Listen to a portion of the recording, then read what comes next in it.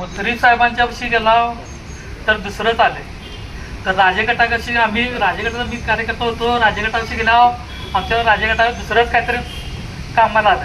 बरं ज्यावेळी इलेक्शन लागणार त्यावेळी आमचा झेंडा वेगळाच असणार. तर मुसरी साहेबांना पण माझ्या मते ज्यावेळी निवडून आलं त्यावेळी 8 कोटीवर काहीतरी निधी दिलेला होता आणि त्यात कागलमध्ये.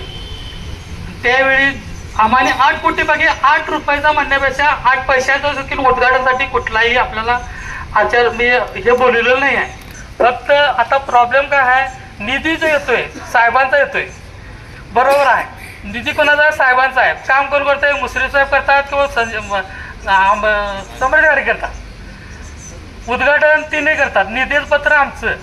पण आम्हाला एकाही गावात जर असेल तर एवढ्या या खेड्यातनी आपल्याला एखाद्या आपला कार्यकर्त्याला बोलवावं. आपला कार्यकर्ता किंवा आम्ही म्हणतो आमच्या कार्यकर्त्याला आम्ही राहू दे, पण आमचा नेता म्हणून तुम्ही संवादात त्या संवादासाठी आपल्या कार्यक्रमाला बोलवावं. स्पेशियस, लक्झुरियस, सगळं मिळेल अगदी मनासारखं.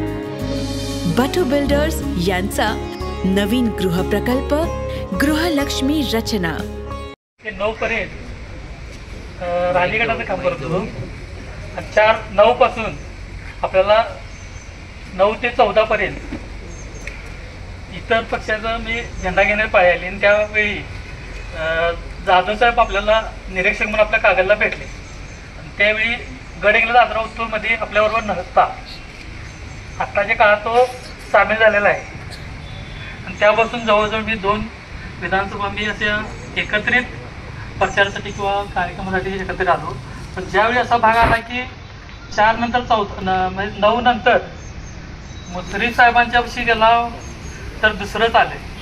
तर राजेगटापाशी आम्ही राजेगटाचा मी कार्यकर्ता होतो. राजेगटापाशी गेला आमच्या राजेगटात दुसरंच काहीतरी कामाला आलं. बरं ज्यावेळी इलेक्शन लागणार त्यावेळी आमचा झेंडा वेगळाच असणार. नेते आम्हाला सूचना देणार ते आम्ही पाळणार, पण कार्यकर्त्यांना पचणार नाही. कार्यकर्ता इकडे जाणार का तिकडे जाणार. नेत्यांचा आदेश बाबा हे तुम्हाला करायलाच लागणार आहे.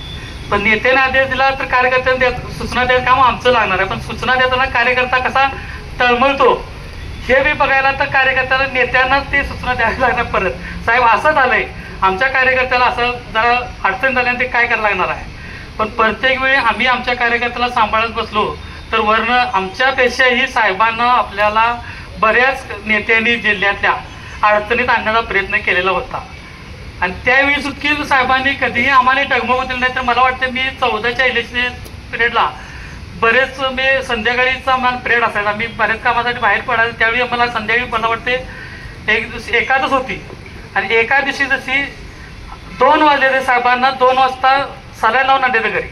मी 2:15च्या दरम्यान दारात होतो.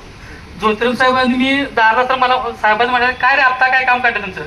साहेब म्हटलं अहो आमची बरेच लोक अजून भेटायचे असं. अरे म्हटलं असं नसते म्हटले, त्या लोकांना गरज आहे आपल्यासाठी आणि आपल्यासाठी पण आपण काम केलेलं आहे. त्यांच्यासाठी आम्ही काम केले.